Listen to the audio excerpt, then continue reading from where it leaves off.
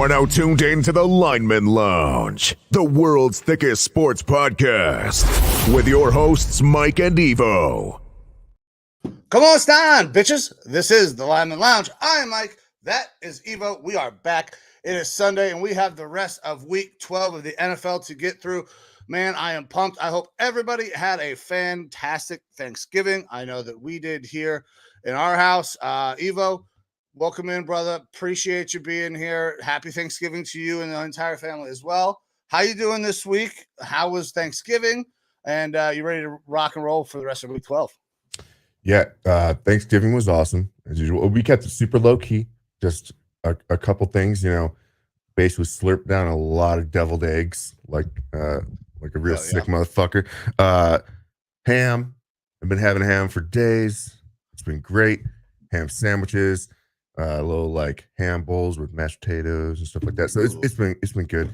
And then went and did a little bit of gun therapy or whatever I guess you want to say on Thanksgiving as well. Ate our meal and drove out and just found a nice little spot in the desert and popped off some rounds. Nice. With the lady, and then just been kind of chilling since then. Threw some axes last night for Buddy's birthday. So happy birthday, Brandon. But it's been a good weekend. And now we got the show, football today. Gonna play some golf with the boys. Yeah, that's late November golf because I'm out here in Arizona. So it's possible. It's still gonna be cold as fuck. I mean, it's in the 40s right now, but hopefully we get up into the high 50s later today. But should be a pretty chill weekend. Very nice, very nice. Yes, absolutely. Happy Thanksgiving to everybody. I'm very jealous of your golf being able to do. I mean, obviously this summer was complete bust for me. I think I played one time and then I was in a car accident, and then that was the end of my attempts to play golf this summer. We'll see how the wrist holds up when it comes that time. I still have not thrown a baseball or anything yet either, so still got some work to do getting back to where I was before. But very jealous of your being able to play golf. And man, it's been a while since I went out and did any like gunpowder therapy. So I'm a little jealous of that too. I haven't been out and shooting in a while. There's a couple indoor ranges here. You can go out and take the pistol, but I don't have too many other weapons at this time. And Amber's not really a big firer of weapons. So I need to get her something small, like a little 380. We can go shoot and kind of get her more into it. Well, that's what I did for the lady. She is a Glock fan, a Glizzy fan, and needed something a little bit smaller than my pistol. So I ended up getting her a little subcompact Glock for our anniversary, which is actually here in a couple days. So gave her that early so we could go out and shoot. And she's been giddy about it. Very nice, very nice. Yeah, I know producer Amber is always concerned with the size of my pistol as well, but it's just a little too big, Mm-hmm. The subcompact is perfect for my woman. Yeah. Very nice, very nice. Well, brother, so let's do this. We're going to start today's show kind of by recapping some of the things that have already happened throughout the week. $20. What's up? I don't know what you're slurping. Oh, I slurping up whatever that stuff that Evo was making for Thanksgiving, I think. That's when that came in. If not, hopefully not our pistol euphemism. But if it was, that's okay. Yeah. Also, totally acceptable. Yes, 100%. Yeah. But we're gonna go back. We're going to go back in time, look at some of the things that have happened already throughout the week, and then we'll get started on the rest of the week. So we'll go back all the way to Thursday, Thanksgiving Day. Listen, I felt very good about our picks, but right off the rip, the Lions had to fucking ruin Thanksgiving because that's what the Lions do. They ruin Thanksgiving every goddamn year. Now, I have not put the colors in yet, but that Lions on the money line, number one, you got to start out with red. I had a full slate parlay in it. I was like, man, I feel really good on day one. It's the Lions against the Packers. They should win this game. They should win this game handily. They had no problem last year going out last game of the season and just absolutely doing whatever they wanted against a team last year that I think might have been better than this year's team because they have Jordan Love at quarterback. And they absolutely fucking fall flat, man. it was frustrating to watch. And I got buddies that are Lions fans. Kevin Dent, my man, appreciate you. I talked to him a little bit this week. But like, what the fuck? Why is this team so fascinating, so good, but also infuriating? Will have an absolute letdown sometimes. I mean, I guess that's common for most NFL teams. We're used to teams that are like really good, just being dominant, but it's not unheard of. I mean, you have the Eagles last year taking an L to the Commanders, things like that. But like the Lions, especially the past several games, have shown their weakness, which is that that defense and that secondary. Like they are a complete sieve. Doesn't seem like they can stop anybody. And that's kind of what the Lions were last year at the beginning of the year. They started to figure their defense out more towards the end of the year, and that's what made them really competitive and a hot pick for this year. And it looked like they had made the correct moves on defense over the offseason to really get better. But, I mean, it is just not working out. They really need to have a come-to-Jesus moment and figure out that defense quick because if the Vikings win today, or excuse me, on Monday, like we're only one game back from the North. The Packers are like 2 or 3 games back, but still, like it is not that far of a leap for them to lose the NFC North if they keep just letting anyone soar on them. I mean, the fucking Chargers, who lost to the Packers last week, they had a shootout with the Lions as well, and could have very well won that game. Like the Lions are allowing way too many points. It feels like after that Ravens game, they have just been completely different. Like the formula has been figured out. So they need to figure something out quick. And yes, they ruined Thanksgiving essentially. Like that was a rough one to start off with. You and I were texting back and forth, being like, "This is bullshit." I remember saying, "Lions are fucking ruining Thanksgiving. This is bullshit." Blah blah blah, and some other choice words. And you said, "Give them time; they'll figure it out." And like as I was reading that, there's another like fumble. Fucking, it was a fumble or a pick. Yeah, it was almost. And you're like, "Well, that's like not going to help." The moment I sent it was like, "Oh yeah, the Lions are just shitting on themselves today." That's exactly what it looked like. That's exactly what it felt like watching it as a fan. I'm not a Lions fan by any means, but I am rooting for the Lions because they have been bad for so long. I don't have a vested interest in to root against the Lions, and it was so tough because you're right. It is their secondary, but it's the ability to get behind their secondary. They will let passes get over the top on them entirely too consistent. Like Christian Watkins should not be able to go out and win 3 jump balls in the first half. Like that is not something that you are going to see, that you should be seeing on a normal basis. Now, Christian Watkins is one of those kinds of receivers that is a 50-50 ball guy, but he's also not fantastic at this point. He's a big body, sure, but it was anytime they threw it up to Christian, he was coming down with it. So that's a big problem that the Lions still need to figure out. They got to get some help on the back end. But at this point, trade deadline is gone past. Is there anybody on the street that can help them in the back end of their secondary right now? I'm not convinced that there is. Yeah, I'm not so sure that there is. This seems less of personnel issue to me, and more of it's a schematic problem at this point. And I know that I always like to keep my focus pretty close on my Vikings, but realistically, the players on my Vikings defense are worse than last year. And last year we were the second worst defense in the league. But having a competent, really good coordinator in there like a Brian Flores, who is able to schematically beat the people that he's playing, is making those lesser players work really well. And there are some talented guys on that defense for Detroit. They just need a schematic change to figure out how to beat these guys. And I really like the staff there, but if it's not working, it's not working. So either that defensive coordinator or whoever's working the secondary, they need to figure something out schematically real quick, or it's going to be like last year where they're firing some of those defensive coaches and moving in a different direction. And I don't know that Dan Campbell will be the type of guy that is going to sit around, even though he's got a lot of buddies there on the team. I think that he will make the move if necessary. So whether or not it's in season, I don't know. I mean, we're late enough in and they still are in first in the North. Are you really going to make that change? But another game like this Thursday game where they're just giving up points galore. I don't know if you can sit on your laurels and just let things continue like that, because this is the best that the Lions have looked in a long time, best record they've had. You've got to find a way to continue that going forward.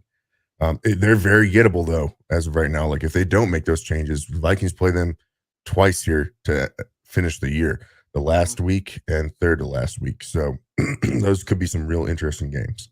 Especially because Jettas should be back by those games. Not scheduled to play for you guys this week on Monday night. Still looks like he's going to be out. He's questionable.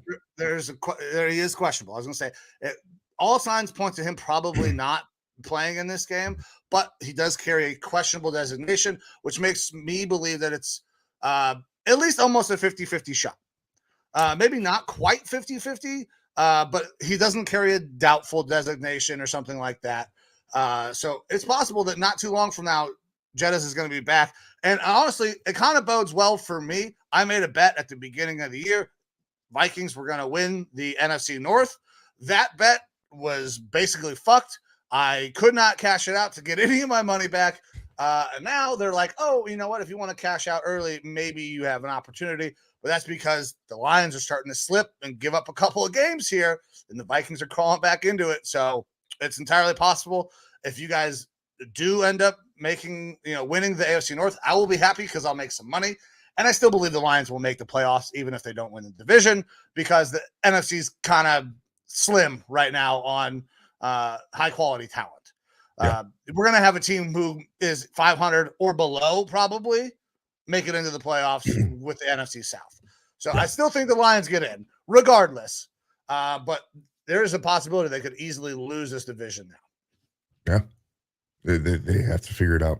But either way, that was kind of the I don't want to call it snoozer because a lot of these games were snoozers, but that was the one that we really fucked up on and should have known better because the Lions do not play well on Thanksgiving. But yeah, I fucking knew it. Lions on Thanksgiving. I knew better, but it's okay. So after the Lions lose, I had a full slate parlay in that I had to fucking reload because the Lions were game one and they blew it for me. However, we went on for the next three. Cowboys, Niners, Dolphins, they all take care of business exactly like we said they would, pretty much. All blowouts, all dominant wins. The Jets are fucked. They're out of the playoffs, it looks like now. Doyle's not – what the fuck's that kid's name again? Tim Boyle. I called him Doyle. He is who we thought he was. Doyle stinks. It's just – they're done. Zach Wilson can't play. That kid can't play. Sorry, guys. Jets, you went for it. You blew it. It didn't happen this year. If Aaron comes back, you'll get a chance to run it back next year. But if I'm Aaron Rodgers at this point, I'm not coming back this year. We're not making the fucking playoffs. Yeah, this year would be silly. They would have to go on some sort of a run, and you would have to have like a perfect scenario, I think, for them to truly have a chance at the playoffs. And I don't think that's going to happen. Not with any of the quarterback talent that they currently have on roster there. Though Will Grier, again, has been released, and I think that he is a pretty damn good backup, especially once we saw we saw him in this preseason.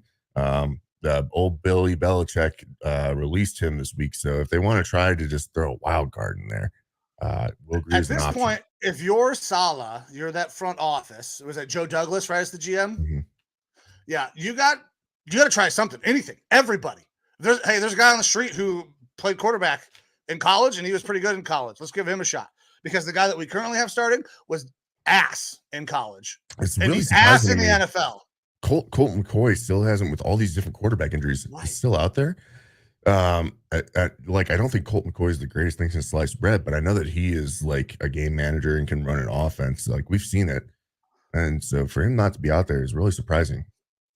Well, and Joe Flacco could have easily gone back to the Jets had they, acted appropriately and taken care of their quarterback situation. That did not happen. And now Joe Flacco is a Brown, which is awkward as shit to see, by the way. Yep. Yeah, it's weird seeing Joe Flacco on Brown shit. But you know what? I don't feel bad for the Jets. Listen, you went all in. You made your bed. Now you got to lay in that motherfucker. I think that was a prediction that I had, was that the Jets were not going to win their division this year, or I might have been that they aren't going to make the playoffs. And I thought, that was kind of a riskier bet at the time, probably, but it's not looking too bad right now. Yeah, with Aaron going down, it really changed the trajectory of this Jets season. So I feel bad for Jets fans. I don't feel bad for the organization, though. Like, Zach Wilson was a mistake from the rip. You refuse to admit the mistake until you go out and you make another mistake in giving up quite a bit of draft capital to go get a 39-year-old quarterback with some injury history. Like, this is all kind of written on the wall. But I understand you're trying to make a splash to change the narrative around your organization. You picked wrong. It is the way it is. You picked wrong. But they'll be back next year with a chance to possibly compete. If Aaron comes back healthy and can be a semblance of himself, of what he used to be, I'm not sure how much Aaron's going to have left. I think he'll still be better than fucking O'Doyle and Zach Wilson, but it's going to be interesting dynamic next year to see what happens with this team. Yep. They got some things to fix as well, like that offensive line moving forward. If they want to keep Aaron for a season, they need to keep him upright, and that offensive line isn't doing it right now. But do you want to talk any more about any of these games? Because they were, again, all Cowboys and 49ers. I don't feel like we need to talk about. We know those teams are pretty good. We knew the Dolphins are pretty good. They still haven't beaten a team that is above 500. I think the Jets were 500 when they were beaten, but that drops them to under 500. We needed to talk about the Jets quarterback situation because it's embarrassing what's going on right now. Well, the Jets were 4-6. Oh, so they weren't even 500. Yeah. No, the real issue is that Cowboys team. You're seeing a lot of stuff out there about the Cowboys. Are they fake or not? They're the ones that I don't believe have beaten a team above 500. Most of the teams that the best record team that they have faced might be this Commanders team that was 4-8 or 4-7 going into the game. But yeah, they might be frauds a little bit. They actually show some semblance of having like a high-powered offense and an adequate defense, but then when you go up against some of those more powerhouse teams, that's when they struggle. Or the Cardinals. But yeah, the rest of these were blowouts. Like you said, it was 45-10 for the Cowboys, 31-13 for the 49ers, and then that Dolphins Jets game was 34-13. Did you see the gash on Tua's arm from that game? I did. And that looked like there was fucking bone showing. That's how deep that thing was. Yeah, that's like there's I know like this soft from muscle being tissue. Bitten by a dog before, but there's there's a membrane underneath the skin that is white in color like that, and that definitely looks like you see that membrane. So it's pretty disgusting.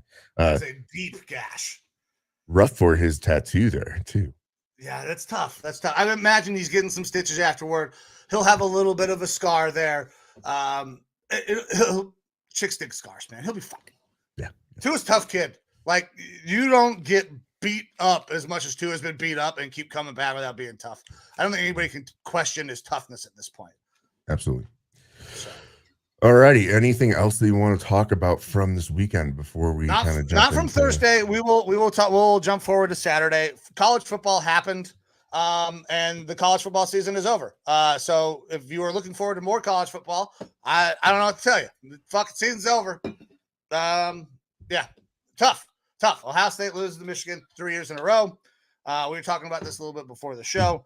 I think there's a strong possibility that Ryan Day is fired. Now, Ryan Day's record at Ohio State is fucking impressive, like 61-7. That is insane. Those are great numbers. But he's got 3 straight losses to Michigan. At Ohio State, as the head coach, you can go out and you can win a national title. You can fucking do all sorts of things. You can win the Big Ten. But if you lose to Michigan 3 years in a row, those are grounds for firing. That's just the way it is at Ohio State. You can go 11-1, make the playoffs, and then make it to the national championship game and lose a heartbreaker to a Georgia team who goes on to win a national title. That's not what anybody's fucking talking about, though. Everybody talks about you losing to Michigan. That's what happened last year. Jim Harbaugh lists Michigan. Yeah, you lose to an interim head coach. That's worse. Like, it is a strong possibility that we will be searching for a new head coach at the end of the year at Ohio State. I have my choice. I would love to see Vrabes go back to Ohio State. He played linebacker in college at Ohio State. I would love to see him go back, but I'd also be okay with some in-house guys being elevated to a head coach's role, like a Brian Hartline, who has been developing and cultivating just absolutely insane NFL wide receiver talent for years now. I would like to see him maybe get elevated. He's also offensive mind, so that works for me. We continue to roll with Knowles, and he runs the defense. That would be great. But if we bring in an actual head coach from outside, Vrabel is easily my number one choice. Will that happen? No idea. Because we talked about it a little bit before the show, you and I, going from the NFL back down to college, for a lot of places, that is a downgrade in a job, right? Yeah, in most cases. In most cases. In a lot of cases, it can be a financial boon. Yes. So if he's looking for, I don't want to say easier, but I mean it's a different dynamic between the NFL and college, with the recruiting and stuff like that. But I mean, if Ohio State wants to bring a bag to him. Oh, Ohio State, I think, is coming with no less than 9 a year if they go get Vrabes. I mean, I think that's about what they're paying Ryan Day right now. It's about 9 a year. So they're going for 9, 10 plus for Vrabes. That's damn good money. Obviously, college is a lot of work. I think college coaching is probably more work than the NFL because of all the recruiting that you have to do on a year-round basis. But like, I could see at least 9, possibly double digits for a guy like Vrabel if they really want to make a run at him. And I think Vrabel probably listens, because I think his future up in Tennessee is a little up and down right now. They are going to be going through a rebuild at some point, but we'll kind of get into all of that as we start going through the games. Yep. Now, real quick, Heisman watch. Have you been paying attention to Jaden Daniels at all? So I have. Jaden Daniels' numbers are fucking asinine. He is putting up like video game numbers better than Joe Burrow's numbers, I believe. As of right now, he is narrowly beating out Joe Burrow in his final season at LSU as far as his numbers, when you're talking about a total yards number. Now, I'll just throw this out for people who don't know. Jaden Daniels is a transfer from ASU, Arizona State. He is listed as 6'4", 210, but in reality, he's more like 6'3", probably 185, 190. He's a little bit slighter frame, but his numbers this year in particular, not that they've been bad in the past, but they're incredible. He has got a 72.2 completion percentage, 3,812 yards, averaging 11.7 yards per throw. But that completion percentage is fucking crazy high. He had that after the first 3 games. He was like 77%, and people were like, well, this is unsustainable. And here he is still completing into 70%, which is nuts. He's also got 40 touchdowns to 4 interceptions. The kid can run as well. Oh, yeah. And we saw that yesterday. But yeah, so passing this year, again, 3,812 yards. Rushing this year, he's got over 1,000 yards on 135 rushes. He's got 1,134 rushing yards with an 8.4 yard average and 10 touchdowns. The boy can kind of do it all as a dual threat. He definitely has some holes in his game, some things that need to be fixed, but the way that he's playing, like, he absolutely looks like a Heisman type of season. And this is, I mean, lately, the past 2 to 3 weeks, I have seen him elevated to being a first round pick, based off of how he's playing. And I can see it. He'll probably be a later first round pick. But still, if he continues to play like this for the rest of the year, he's just going to kind of work himself up more and more on those draft boards, which, as a team that's going to be picking a little bit later in the draft and needs a quarterback, I'm excited for, because this would be a perfect type of guy for my Vikings. I love the arm talent, but I'm loving the mobility that we're seeing on the Vikings right now, and having a mobility like that would be a boon. So he's looking great. Yeah, and possibility that you guys will not be drafting as high as you thought you would be a couple weeks ago. So now that becomes more of a fit for you guys draft position wise as well. I don't think that he's going to get elevated up as high as the top 10. Now, granted, Joe Burrow was not projected to be that at all. And then his senior year, he fucking balls out and goes number one, rightfully so that year. But I don't think we're not seeing the same kind of rush right now on a Jaden Daniels. Yeah, well, there wasn't a Caleb Williams or Drake May in that draft either. Right. So yeah, there wasn't a Michael Penix and a Bo Nix in that draft either. Like there's a ton of dudes in this draft. Mm-hmm. Bo Nix, I'm not a huge Bo Nix guy, but the man continues to win. They continue to score a fuckload of points up there in Oregon. Washington, and he's kind of done it through his whole career. That's the thing too, is that Bo Nix through his whole career has been pretty damn good as another dual threat guy, a little bit more of a passer and not as like much of a deep ball thrower, I guess, as like someone like a Penix, not as vertical. But like he's just been dominant, and that's you can't deny that sort of stuff. There is so many good quarterback prospects in this draft. Like last year, we had a very interesting quarterback draft. This year, it really feels like if you need a quarterback, there's going to be 5 to 8 guys that you can really feel comfortable with, which is exciting. I think 5 guys go in the first, another 3 to 5 go in the second. Like there are a ton of dudes. Quarterbacks are going to be at a premium. Especially if you don't need a quarterback, this is a great year to get some other talent because quarterbacks will be at a premium. People are going to want to go up to get their guy because everybody, I feel like, is going to have their guy in this draft and who they think it is. Before we were like, okay, Caleb Williams is the clear-cut number 1. I don't know that he is the clear-cut 1 anymore because Drake May has kind of worked himself into that conversation. And then there is a massive conversation about who number 3 is.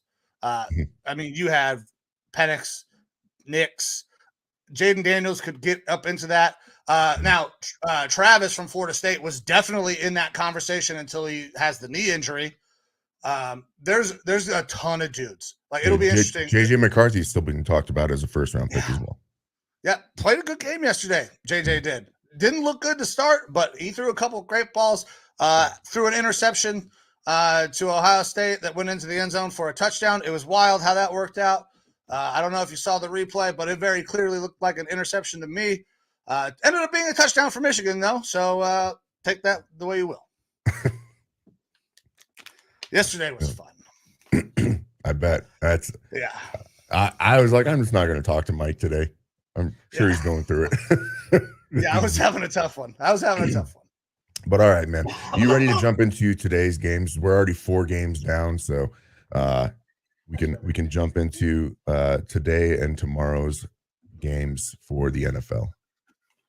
I'm ready. Producer Amber just came down and replenished me with some liquid, so I appreciate that. But yes, I'm ready. All right, very nice, very nice. All right, I drank a couple beers yesterday. maybe just a few. Yeah. All right. Well, we'll start off with the Saints and the Falcons early morning game out in Atlanta, Georgia. The line is currently New Orleans -2.5, over under of 41.5. Desmond Ridder back in as the starting quarterback for the Falcons, who Ritter's had a pretty good record there at home in Atlanta. But New Orleans, they kind of, I believe that they're probably my pick for the NFC South this year, just based on how their defense has been playing. Defense has been solid pretty much all year. Can they figure out some of that stuff on the offense? They're sitting at 5-5 right now. New Orleans unders, they have actually hit in 7 straight divisional games. So at 41.5, neither of these teams really scare you as teams that are going to go out and put up a whole bunch of points. The under might be a decent play here. Yeah, I like the under here as well because neither one of these teams are going to score very much, I don't think, unless the Saints find a way to go off. But I don't see a ton of offense being generated by that Atlanta Falcons team. They don't know who their quarterback is. They don't know what they're doing on offense yet. Yeah, and right now Vegas doesn't know what to do with this game. Really, it is actually a pick 'em according to Vegas. I mean, 50% of the money and 50% of the bets are spread between these two teams, so it makes it a little bit more interesting. Normally, that kind of leans you a little bit more towards the home team. But which one do you think is going to come out victorious in this game? So when I was making my picks earlier in the week, I went through, did a little analysis. Listen, neither one of these teams are fucking great by any means. Saints are 2-7-1 on the season against the spread. That's not very good. The Falcons are 2-8 against the spread overall on the season. Neither one of these teams are any good. I think that the Saints, though, are a better team in general. Now, they are the away team. They're on the road. This game opened up as, I believe, Saints -2. I got it at Saints -1.5. So that's the bet that I played, Saints -1.5. Current line you're saying is a pick 'em, so I'm still going to ride with the Saints, especially since I have them on my own parlay at -1.5. It's Saints -2.5 according to ESPN, and apparently that is Caesar's odds that they go off of. I don't know that I'm really seeing. See. So yeah, so FanDuel has it right now. Saints at -2.5. I got them yesterday, thank God. Or no, not yesterday, on Thursday at -1.5. So since I can't play 1.5, that's already gone. My bet's made. I would take Saints money line if it's 2.5. Yeah, and I'm going Saints money line as well. I think that their defense is better than Atlanta. Atlanta needs to figure out if they want to just be a running team or not, and if they do, they need to feed it to Bijan a lot more. But since they can't seem to figure that out, New Orleans does have weapons. If Derek Carr decides to have one of his good games, if they decide to actually get Taysom Hill involved, Kamara obviously has got some decent options out there. So, yeah, to me, New Orleans in this one money line, but this is going to be probably a lower scoring game. So if you're wanting to do another little side with that, the under to me makes sense in this one. Yeah, and under right now, what? Excuse me, what? 42.5? It is 41.5. 41.5. Okay. I still think the under is good there. Yeah, I don't see more than 38 points in this game. Yeah, it'd be tough for both these teams to put up 20 points against each other. 20-17 feels good. So yeah. I like the under.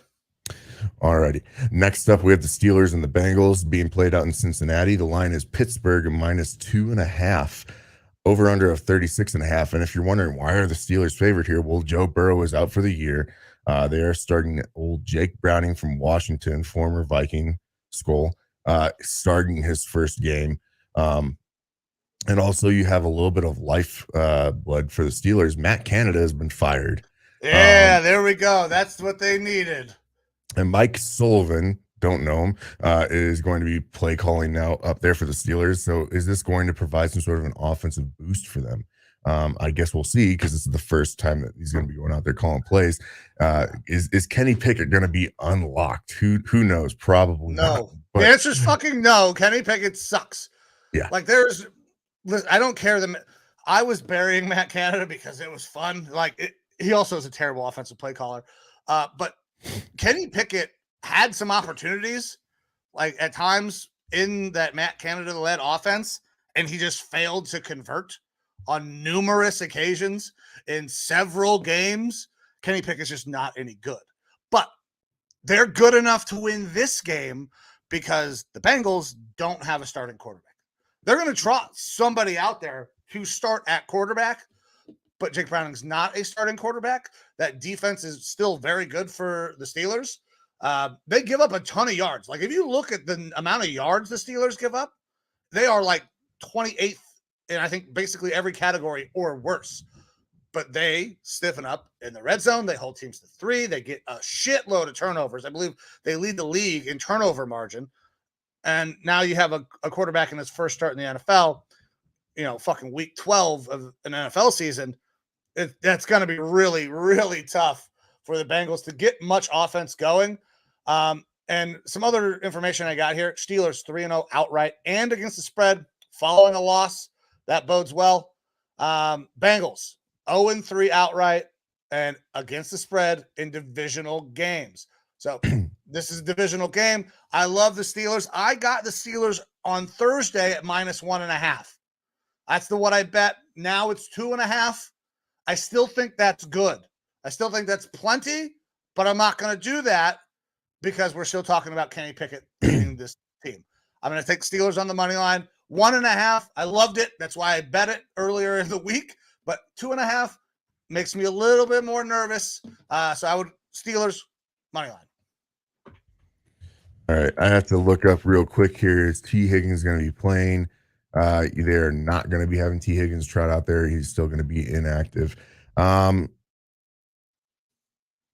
you know what? I'm going to take the Bengals plus the points here. I don't love it. This could be a low-scoring game. I didn't think Browning looked terrible going out there, unexpected to go out there and play against the Ravens team, who real good Ravens defense out there. He's had some time to prepare now and kind of, know that he's going to be the starter going forward. I don't expect the Bengals to win a ton the rest of the season. But if there's a team that they can get one against, I believe it would be the Steelers. I mean, I don't feel great about the pick, but I think that they could keep it within that close to half, just because it's a divisional game. And hopefully we see Zach Taylor get a little bit interesting with that offense, shake things up, get Mixon more involved. So yeah, that's probably my ballsy pick of the day. I'm going Bengals plus the points. Bengals plus the points. Oh yeah, speaking of, I don't think I let everybody know what our records were from last week. I went 7-7. Evo, you went 10-4. I am currently sitting at 96, 66, and 2. You are at 110, 52, and 2. All righty. So still hitting at a pretty good clip. Absolutely. All right. Next up, we got the Panthers and the Titans being played out in Nashville. Tennessee is favored -3.5, over under of 36.5. Carolina, they're 2-7-1 against the spread this year. Obviously 1-9 this year as well. 0-5 away for the Panthers, whereas the Titans at home, they've been pretty fucking solid. They're 3-0 at home basically. So Will Levis, what's your thoughts on him? Obviously the first game or two there was a little bit of shine on him. And it seems to have faded away. And I think he's taken a lot of hits back there. Already starting to show even more that he's a rookie. Had a rough past couple of weeks, but he's been looking better. Yeah. Listen, he's still not playing like he did in the game 1, where he threw for a shitload of yards and 4 touchdowns, but he's completing at a high percentage. It almost feels like they kind of put the handcuffs on him a little bit and pulled back some of the things that he was doing. Or maybe there's some tape now and people are starting to see what he can do. He's not turning the ball over a lot. I mean, he's going to have a couple mistakes, but he's still completing at a high enough percentage that he can move you down the field. This Titans team is just not a very good offense right now. They can't score very many points. Like we were talking about this, I kind of preluded to this. They have to win this game, but this is a closer game than I think than what it plays out to be. Like the Panthers are bad. They're 2-7-1 against the spread this season, right? Fucking Titans are 1-5 against the spread in their last 6, 0-3 in their last 3. Like they could easily not put this team away like they should because they just don't fucking score. I wish they would give Tajay Spears a little bit more run. Derrick Henry, the whole wear you down thing is starting to wear nobody down. Like they are not getting a shitload of points in any they have never been a team that scored so many points because of the style of offense they're running. And now it seems like they can't get the ball over the top with Will Levis after he showed that was a really good ability of his. I'm still taking the Titans, but I'm only taking the Titans on the money line because they're at home and they're playing the Panthers. Like I'd like the Panthers plus the points as a possibility here. I think 3.5 they could easily cover. They might even win this fucking game. But the Titans at home have to win this game.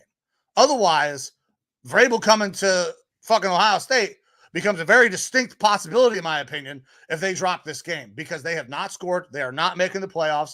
They have a rookie quarterback. They're not sure who they have going to be their starting quarterback going forward. Is it going to continue to be Will Levis if they can't put up points? Will they go back to Tannehill? There's a ton of questions around this team. They have to win. So that's what I'm going with. Titans on the money line. But if you go in another direction, completely understand that. I'm going Titans money line as well. I'm not going to knock their home record this year. I I just don't think this Panthers team has enough on it to really be that competitive with a lot of teams right now. But I mean, hey, if you think that the Panthers plus the points of the Panthers, even money line could hit, why aren't you taking one of them? Come on. Because I'm going to play it safe. I went 7-7 last week, so I'm going to make sure that I have a chance. And listen, I've already made this bet. I'm not going to go back. The only time I have changed a couple from -1.5 to money lines because those lines have moved in the opposite direction to -2.5. I'm not going to go against what I've already bet. I'm taking the Titans on the money line. All right. Next up, we have the Bucks and the Colts being played out in Indy. Having some fun ownership stuff there with Irsay and the Colts recently. Dude, he is unhinged. I mean, he's never been hinged, to be fair. But that's fun. It's something for the Colts fans to pay attention to because their team's not super fun this year. The line is, though, Indy -3, over under of 44.5. The Tampa Bay under this year is 8-2 for a 44.5 point game for two teams that aren't very special. Under seems like it could be one that hits here. Also, Tampa Bay has actually covered every road game that they've been on this year. Been good on the road. Baker's been balling out when he's on the road. Absolutely. Colts, again, try not Gardner Minshew. You're seeing a little bit of resurgence from Jonathan Taylor, which is nice for me and my fantasy team. What do you got for this game, Mike? This game is a little tougher to call than I think some of the other ones have been. The fact that the Colts are still the favorite, though, I think that's the right call. I think that they can probably win this game at home. If they can get Jonathan Taylor going, like there's a massive storyline there that Jonathan Taylor is going to hold that team together while they wait for their quarterback back to get back next year. They could be completely down in the dumps right now. But Gardner's done a good job as well. Gardner's still putting up points.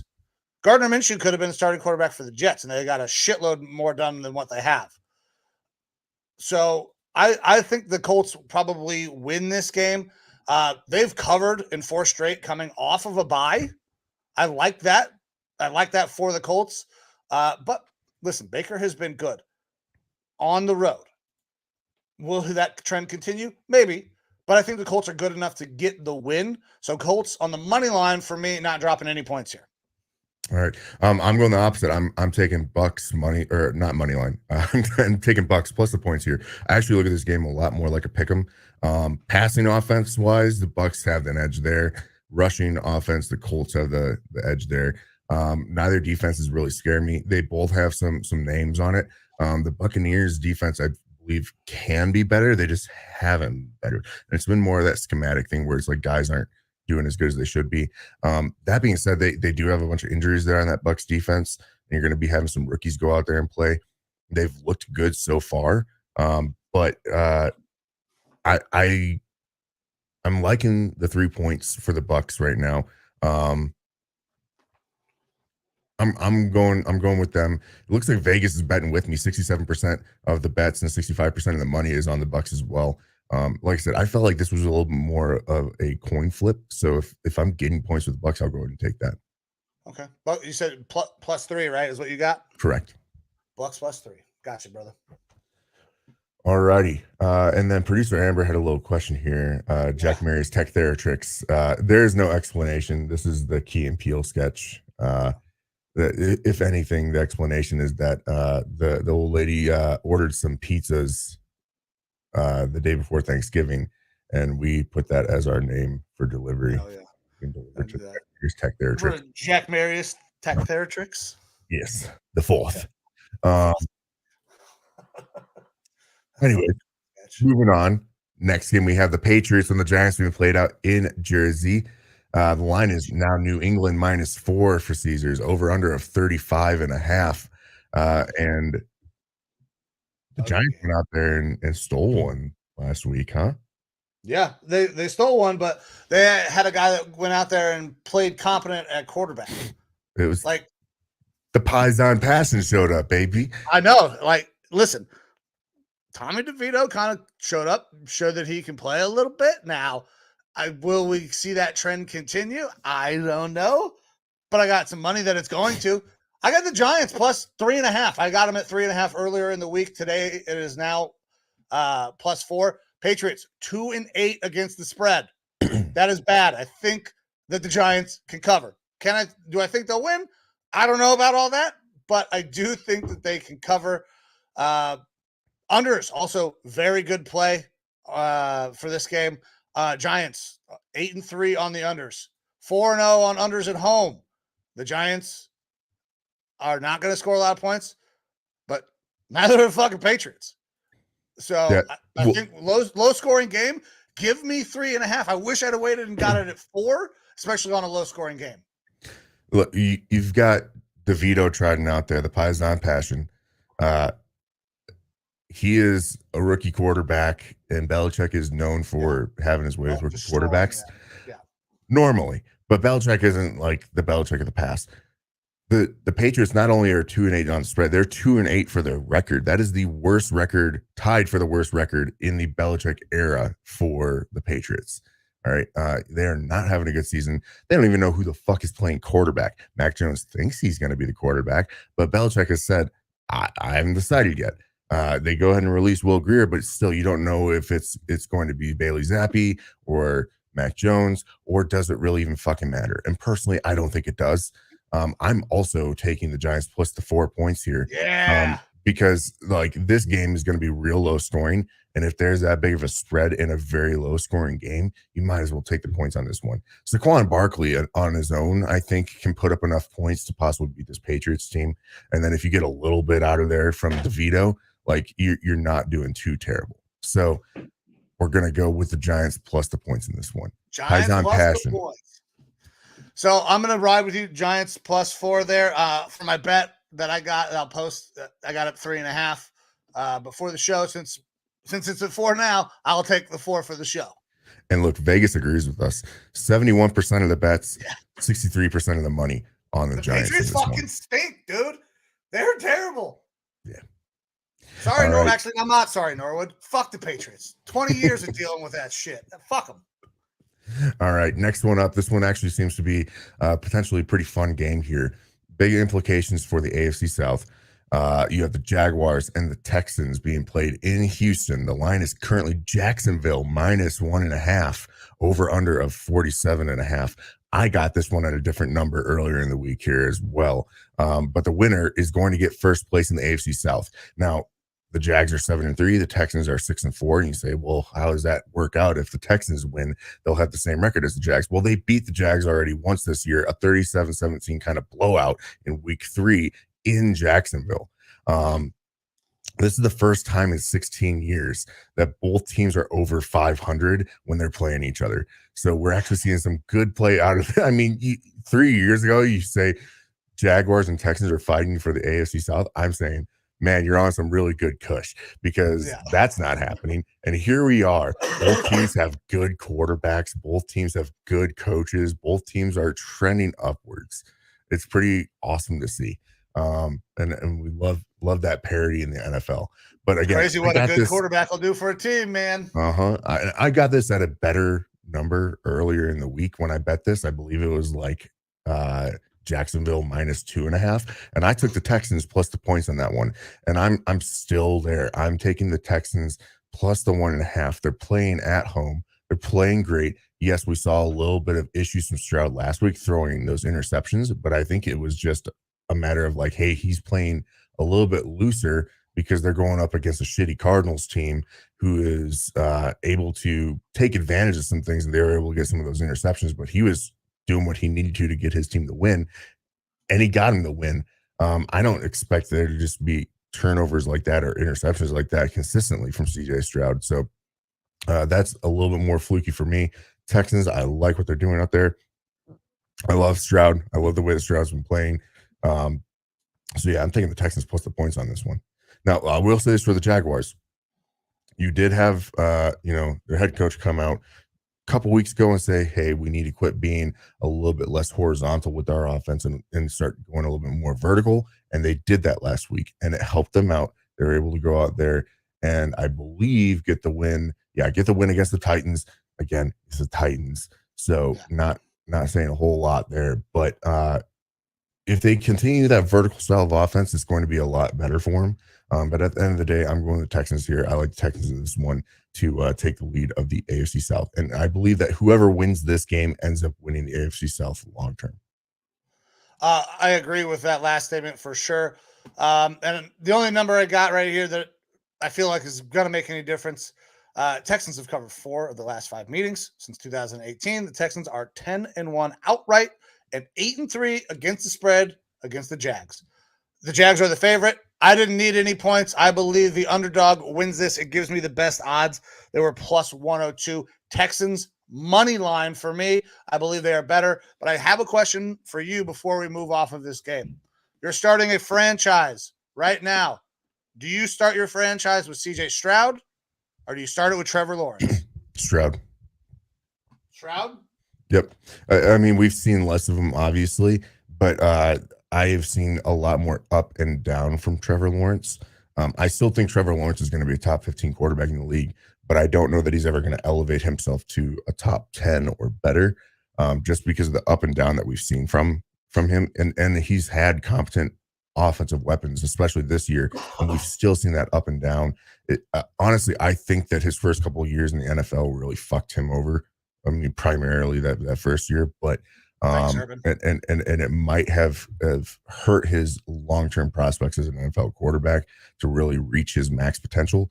Whereas Stroud, I think, we saw good stuff in college, but there are still some questions, and he's only being developed further and becoming better now in the NFL. I don't know that anyone saw him being this good year one in the NFL. Everybody he can't process information quickly enough. Fucking all sorts of things because he didn't score well on the test. Yeah, the aptitude test was rough for him. Yeah, Stroud's not a test taker. He's a fucking baller, though. I'm also going Stroud. Like, we have not seen him have a real bad game yet. He's had some games where he's been kind of pedestrian, but we haven't seen him have a bad game yet. Now, at some point that will happen. I don't think it's this week, though. But I would also start my franchise with Stroud. Not that Trevor Lawrence is a bad quarterback. Trevor also has probably a little bit more ability with his legs than a Stroud does. I love what Stroud is doing with his arm. All the talk about he can't manipulate a pocket or he can't manipulate a defense he doesn't know. Completely false narrative. He is fucking so smart when you get the ball in his hands in the pocket. So I got to go Stroud. Going Texans money line as well. You had 1.5 or was it now 2.5? It's 1.5. Like I said, I bet it at 2.5 plus the points for the Texans. It's now 1.5 points for the Texans. And another thing with Houston is that they've got their running game going the past couple of weeks. Devin Singletary has been playing a little bit more. They are getting Damian Pierce back from an ankle injury this week as well, so that should hopefully help them out a little bit. All right, next up we have the Rams and the Cardinals being played out in Glendale, my neck of the woods. The Rams are favored here, -3, over under of 45.5. This one actually, I believe, flipped earlier in the week. It was like Cardinals plus or Cardinals minus 1.5, I believe, which was surprising to me because I didn't think Kyler Murray was providing that big of a boost, but the line has definitely flipped back. Rams -3 at this point. Let's see here. I don't have a ton of stats for this game. Kyren Williams is back for the Rams. That is definitely going to help them out. They ended up releasing or waiving Darrell Henderson. Thank you for your work in those couple of weeks while Kyren was gone. But Kyren is a 3-down back for them. If he's able to stay healthy, that's a good thing for them going for the rest of the year. Again, Stafford is back. He played last week. He runs the offense better than anyone else that they're going to be trotting out there. The Rams, they are 8-0 straight up and against the spread in their last 8 meetings in Arizona versus the Cardinals. Now, history like that, going back that far, normally doesn't matter too much, but they do have a good run. McVay has a good run against this Cardinals team. So when it was Cardinals -1.5, I was taking Rams plus the points. I still think the Rams have a chance to win this one and probably will win this one. So I'm going to be going Rams money line for myself. Okay.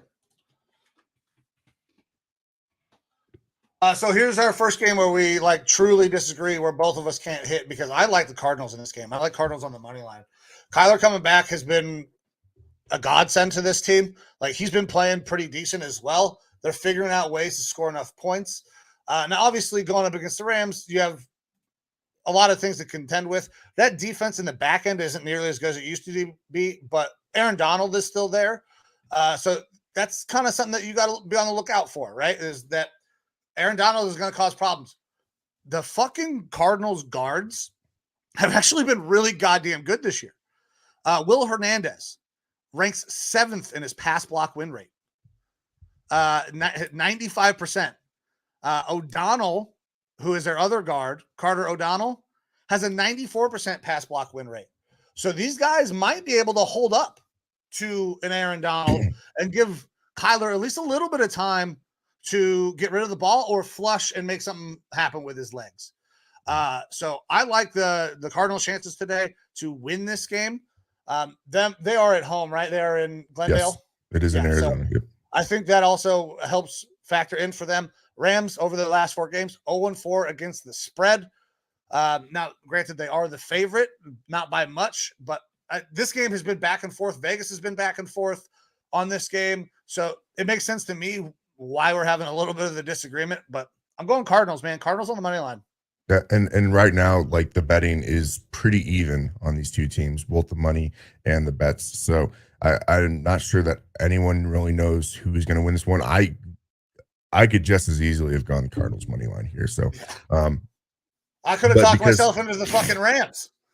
Yeah, the Rams plus the points here. Like, if I'm having to do a coin flip, I'm usually going to take the team plus the points. So that's kind of why I'm going that direction. Next up, we Rams have plus the points. Or excuse me. You're going Rams money line, right? Because Yeah, they are Rams now the money favorite. line. Yeah, I that logic that I just said would have been Cardinals plus the points, but I'm going Rams money line. Rams money line. All right. I just want to make sure before we move on. Yeah, you're right. I misspoke there because like I said, it was Cardinals. It was, yeah. It started that way, originally. and then it fucking flipped. So yeah. All right. Either way, Rams money line for me. Next game up, we have the Chiefs and the Raiders being played out in Vegas. The line is currently Kansas City minus 9.5, over under of 43.5. Does MVS get more play in this game? Is he going to be done for the year? Like after last week where he dropped about a perfectly placed pass. He makes more money than the rest of their wide receiver core put together. It's nuts. He makes $11 million a year. Nobody else makes more than like 1.5 on that squad. It's insane.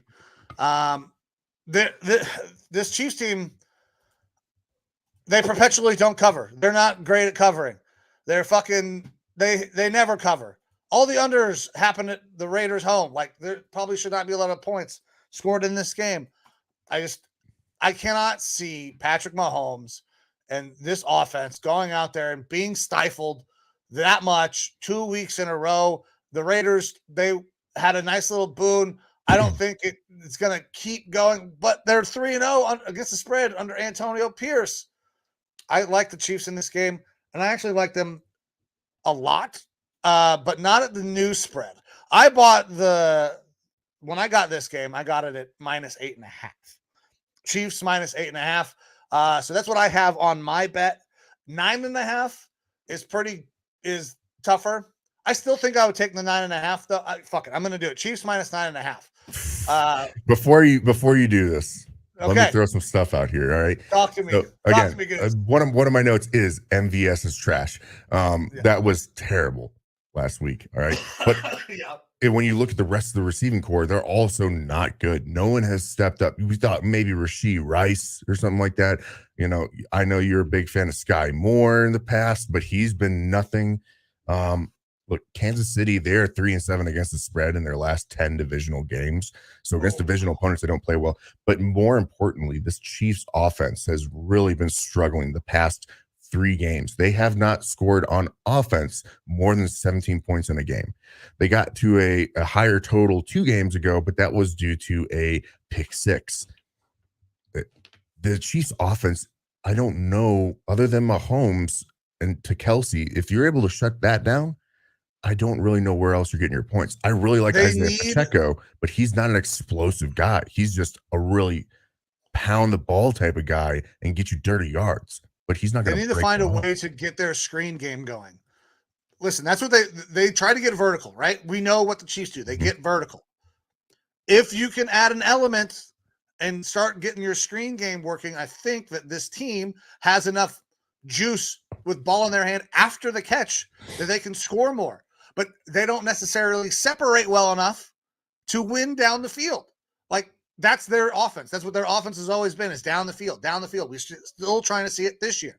They need to make an adjustment. They need to get their screen game going more, get the ball in the hands of these guys who are quick and can make moves like a Sky Moore, a Kadarius Toney.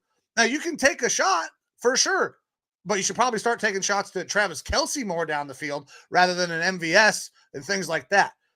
There is an entire, like, they can adjust this offense.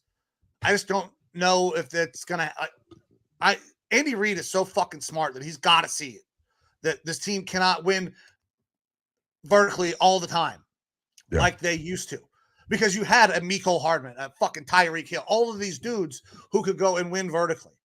Now you got guys who can win horizontally, maybe.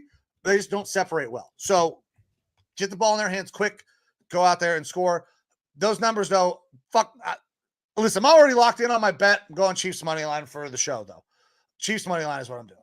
Okay. I was going to say, you were trying to do the Chiefs minus the points. I was going to, because I'm already on minus 8.5 for my bet. But for the people, the safer bet is definitely Chiefs money line. I'm going to say the minus 8.5. I'm still a little bit scared about that one. I do think the Chiefs are a better team, but real quick question. Do you think the Chiefs or the Dolphins are a better team right now? Oh, fuck. Dolphins.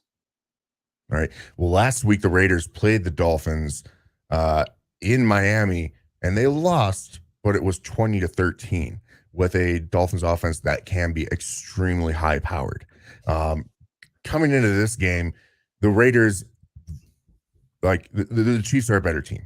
They are. The Chiefs should win, and I'm glad you took the money line there for the show. I'm taking the Raiders plus the points here, though. I think that Antonio Pierce has a chance within 9.5 points. We're talking 2 scores here that they got to be within. That's absolutely doable. The way that the Chiefs have been playing on offense, Chiefs defense is still really good. But if Devontae is able to get involved, if that Raiders offense is able to put up some points, if Josh Jacobs has himself a game, like, and this game stays lower scoring, because at 43.5, based on the way that the Chiefs have been scoring, I think that this could be an under as well. Like, the Raiders have a chance to keep it within the 9.5 points in my best guess there.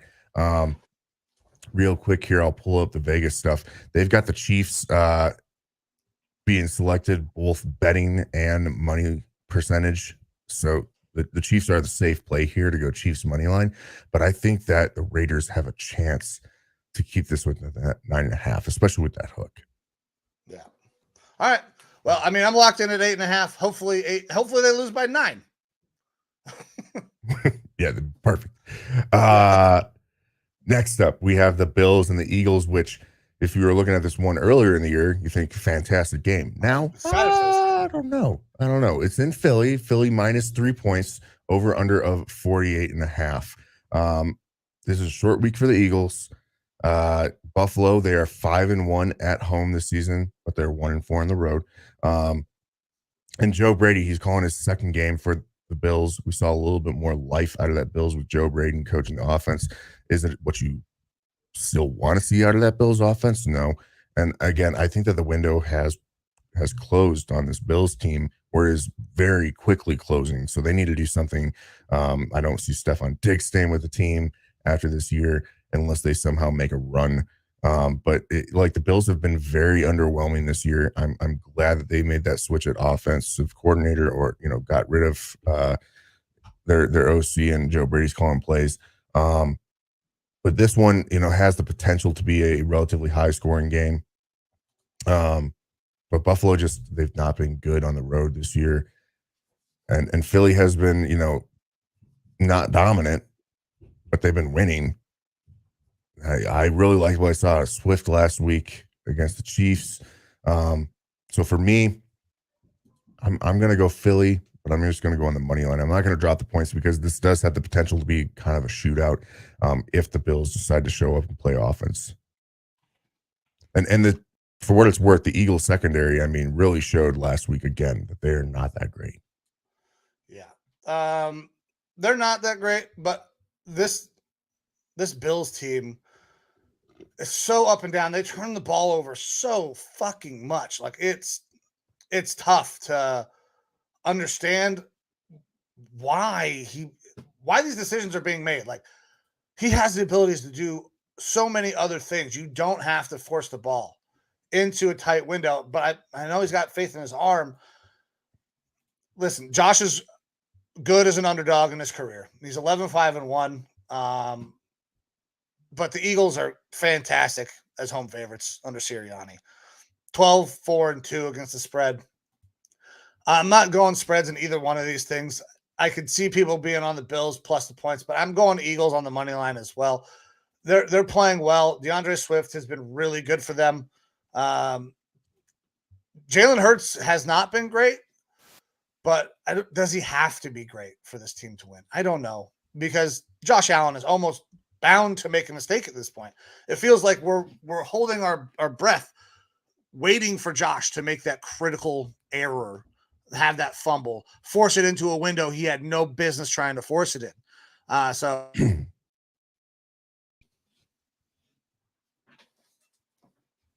I just wish that the Bills would have been more aggressive the past 2 years in getting offensive talent. They have had a very strong defense up until this year, and part of that is probably Leslie Frazier leaving, and part of that is their guys have been aging out, like and injuries and stuff like that. But I mean, if we're talking 2 years ago and you actually are making some really fire moves to get some offensive talent, specifically receiving talent out there for Josh Allen, we could be in a different spot here. But like I said, I think the window's closing because they have Stephon Diggs. They have Kincaid, who looks good, but he's not Kelsey. He's not blowing the doors off or anything like that. Gabe Davis is whatever. Shakir is a nice piece, but he's a number 3. Like, you just don't have the options out there for Josh Allen to be slinging the ball around like he does, where you're going to have some super top talent receivers, making up for the inconsistency. So yeah, Eagles for me, money line. Next up, we have our Sunday night game. Ravens at Chargers. The line is currently Baltimore -3, over under a 48.5. Fuck the Chargers, man. The first note that I have for this game: fuck the Chargers. Period. Full stop. full stop. You should have beat the Packers last week in Lambeau, and you didn't. Your defense looks goddamn terrible. Staley just needs to fucking go, man. Does he make it through the season? If they lose this They're one, 4-8 now?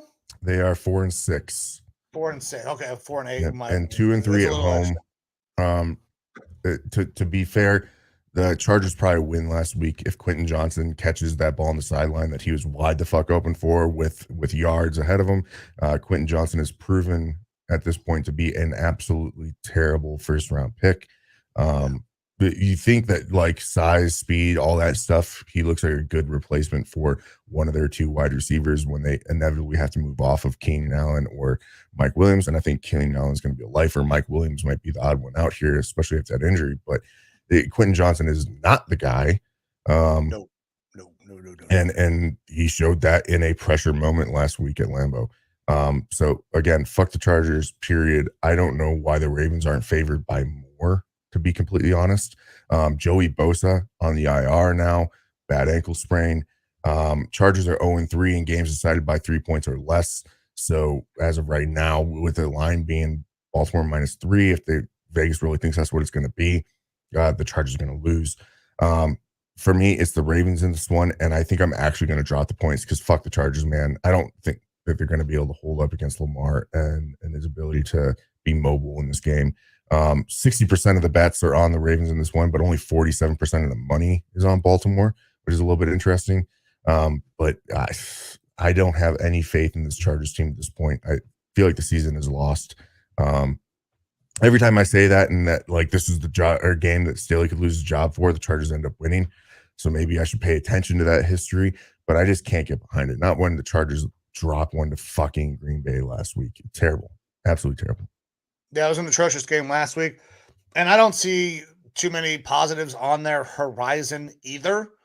Staley's gonna get fired. Like they're gonna lose this game. They're not making the playoffs. Like it's over. There are so many problems. Quentin Johnson, like you said, is an absolute bust of a first round pick. And it reminds me a lot of a guy that you should be very familiar with in a Laquan Treadwell. Similar build, similar skill sets, literally similar skill sets. Tall, big body guy, supposed to be able to get down the field, can't catch a goddamn cold. Like it's just they're stuck. They're not getting better. This game is I'm going Ravens money line. They could easily probably cover this, no problem. Like 3 seems like it should be way more. 6.5 is kind of what I expected more in the frame of instead of 3. But I already made my pick earlier in the week. I took Ravens on the money line. I'm going to stick with the Ravens on the money line. But if you wanted to hop on with Elo, I think you would be 100% safe to take Baltimore -3. That's and I'm probably known, and my record shows that I normally take the safe picks, and in this one, Ravens money line is the 100% safe pick. I would feel absolutely comfortable in taking that. I'm so pissed off at the Chargers at this point that I'm going to just drop the points because I'll fade myself a little bit on that one. It's like fuck the Chargers, man. It just really pissed me off last week, and I'm in the same boat right now with the Lions. Fuck the Lions for playing so shitty on Thursday. But all right, so we'll jump back in time, go for our teams now. We have the Browns and the Broncos out in Denver playing the Broncos.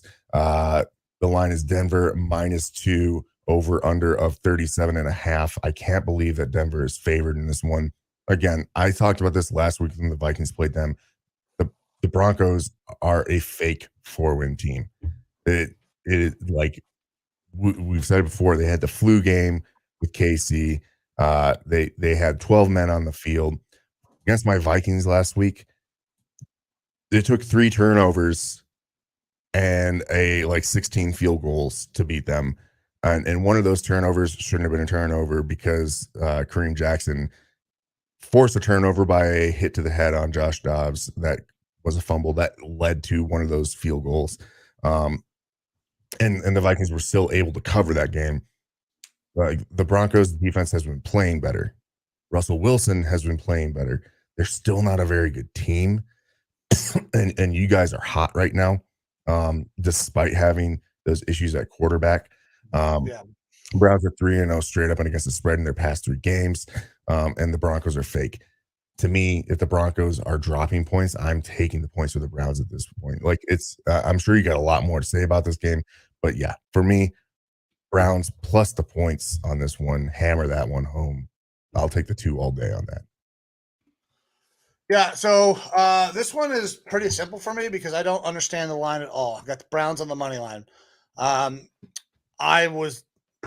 very, very confident in this game, and it has to do with the fact that the Broncos are really not very good. They're playing better, sure. But like when you look at this team overall, they're 1-4 against the spread as home favorites. The Browns have covered in 3 straight. The Browns have the best statistical defense in the NFL. Is Russell Wilson going to be able to hold up against that defense? I don't know. I don't think none of their receiver options worry me at all in terms of matchups. Like Jerry Jeudy, you're going to see a healthy dose of Denzel Ward. Speed on speed. Oh, Denzel's not going to play. So he's going to see a healthy dose of Greg Newsome. And then you get a bigger body guy in Cortland Sutton. He's going to see Martin Emerson, who is also a bigger body corner. Like we match up so good against this team. All we got to do is contain Javonte, which the Browns have had no problems all year stopping the run. Like we have been fantastic at it. Now, when it comes to our offense, obviously there are lots of ups and downs with this offense. We have found ways to run the ball effectively against really good defenses like the Ravens. So I don't have any worries about being able to run the ball against this Denver Broncos team. DTR last week was able to get a win against a pretty good defense. Once again, this Broncos defense has been atrocious, especially in the secondary, even with what people are saying is the best cornerback in the league in Pat Surtain. Like, we are going to be fine. And if DTR is not up to the task, we just hired a guy who I believe is going to be active for the game and be able to be a mentor and come in a Joe Flacco. Listen, this offense is not super hard to run. We don't run a very complicated offense at all. And Stefanski does a good job of scheming guys open. We just got to be able to pull the trigger. Joe Flacco can probably still pull the trigger a little bit. We don't have to score many points. 17 points in this game probably wins this game for us because we are going to be able to hold the Broncos defense. Browns on the money line as the underdog, because why not? I mean, I got the odds way, way better odds. I got them at plus 104 instead of the minus 110. So I love my Browns this week. Money line. Can't wait for this afternoon's game. And look, Vegas is hammering that home too. 70%, 72% of the bets, 68% of the money on the Browns in this one. I think everyone recognizes what I'm kind of saying is that the Broncos, they've had a good stretch here, but it has been luck. It has not been, they're not that good of a team. Too much hype behind that. Next and lastly, we have our Monday night game. My Vikings are playing the Bears in Minneapolis. The line is Minnesota -3, over under of 43.5. Vikings with a huge signing, I believe 3 days ago, to the practice squad, wide receiver Dalen Baldwin from the Browns. So that's great. I have no idea who the fuck that guy is. Maybe you. He had a nice little run for us in the preseason. He's been hanging out on the practice squad. Like, he won't see his field, but he is. If you signed him off of the practice squad, I think you have to activate him for the next game, right? That's what I thought, but apparently he wasn't on your practice squad because we signed him to the practice squad. Oh, so he was with us during the preseason. I know that he had a decent little run. Apparently we didn't sign him. I thought we did. Maybe he's been, I don't keep up with roster moves on what happens on the practice squad typically. So yeah, they're always in flux. So yeah. But either way, Vikings are a better team in this game. I'm not going to drop the 3 points versus the Bears because we like to play teams close and within one score. We did beat the Bears earlier this year in a not so great game, but we're able to beat them. Chicago, they're 3-10 against the spread in their past 13 primetime games. They don't play well in primetime. Justin Fields is going to be playing. He didn't look terrible last week, but he didn't look good. The Vikings have covered in 6 straight games, though, and they actually won, like I said, week 6 versus this Bears team. I hope to God that we play a lot more Ty Chandler and a lot less Alexander Madison. It is just, it is pure, simple, plain, easy to see on the film, on the field. Madison, he's better in the second half of games when the defense is already kind of worn down, but Ty Chandler is just way more electric. We saw it on the fake punt last week. We saw it when he was just on the field on offense at running back. He is not great in pass protection, but I'm not putting him out there to be a pass protector. I'm putting him out there to be your first and second down type of guy, run the ball, catch the little screens, things like that. And it brings a much better dynamic to the offense. I mean, the Vikings need to play better than they did last week, especially protecting Josh Dobbs. Josh Dobbs is getting pressured like a motherfucker, which makes sense because the guy is still learning the offense, and you need to put pressure on him. But I look, Denver did a really good job of containing Josh Dobbs. They brought a lot of outside pressure to kind of keep him in the pocket. I don't know if the Bears are going to be able to do that. Yes, they do have Sweat now, which will help them out some, but I still think that Josh Dobbs is going to be able to be mobile against this team. It'll be a different look than the Bears saw in week 6 from the Vikings, and that's going to allow the Vikings to be able to win this game. They're good at home. It's a tough place to play. So for me, it's Vikings money line. That's about it. About it for me. Yeah, so I got Vikings money line as well. And like you brought it up, like you were excited about Alexander Madison. Listen, he is a good complementary back. I'm not sure he can go and ever be that guy who's going to be a bell cow. At least not in the offensive scheme that you guys are running. Like he just doesn't seem like it fits what he can do. Because we've seen him have explosive games in the past. even back as old as the God, who was your coach before? Not Shermer, Zimmer. Zimmer. Like he had. I mean, Shermer was a coach for us. But Shermer was your offensive coordinator, I think, at the time, right?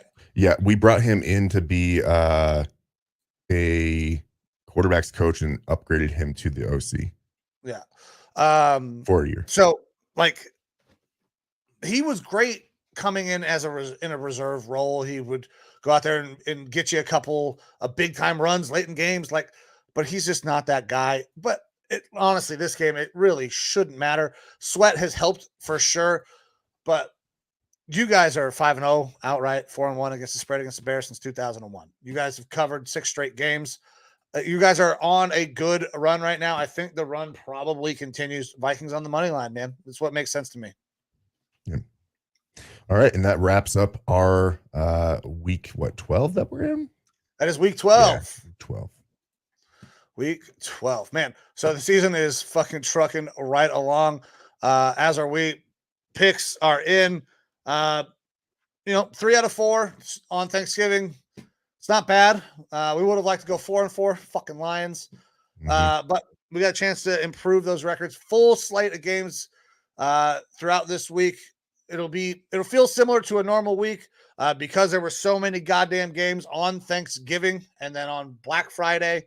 It'll just feel like a normal week, but there's a ton of football. I hope everybody gets to enjoy their Sunday. I got to do some homework and kind of work in between. Luckily, my Browns don't play until 4, so I can have a game on while I'm color coding goddamn movie scripts and shit. Yeah, that's fun. But nice. I hope everybody enjoys the rest of their weekend. Enjoy a great day of football. I'm Mike. That's Evo. This is the Lineman Lounge. We're going to get the fuck out of here. If you want to interact with the show, go to Facebook, TikTok, Instagram, Twitter. Twitter is growing ever bigger. We are now up in over 500 followers on our Twitter as well. The talk is also getting a little bit of run on the Twitter. So if you guys have not checked out talk, please go ahead and do that. That's the T.O.C. Over on our YouTube. We've got a couple other things hopefully in the works fairly soon as things with our lives become a little more clear on what's happening. We can start to devote extra time in other places. But guys, thank you very much for everything you do. Thanks for coming and joining and watching us. And we'll see you guys next week. We'll be back Wednesday or Thursday night to give you our picks for Thursday night. And then again next week into Sunday for our live show. But appreciate you. Thank you. We're going to get the fuck out of here and enjoy the rest of our day. See you.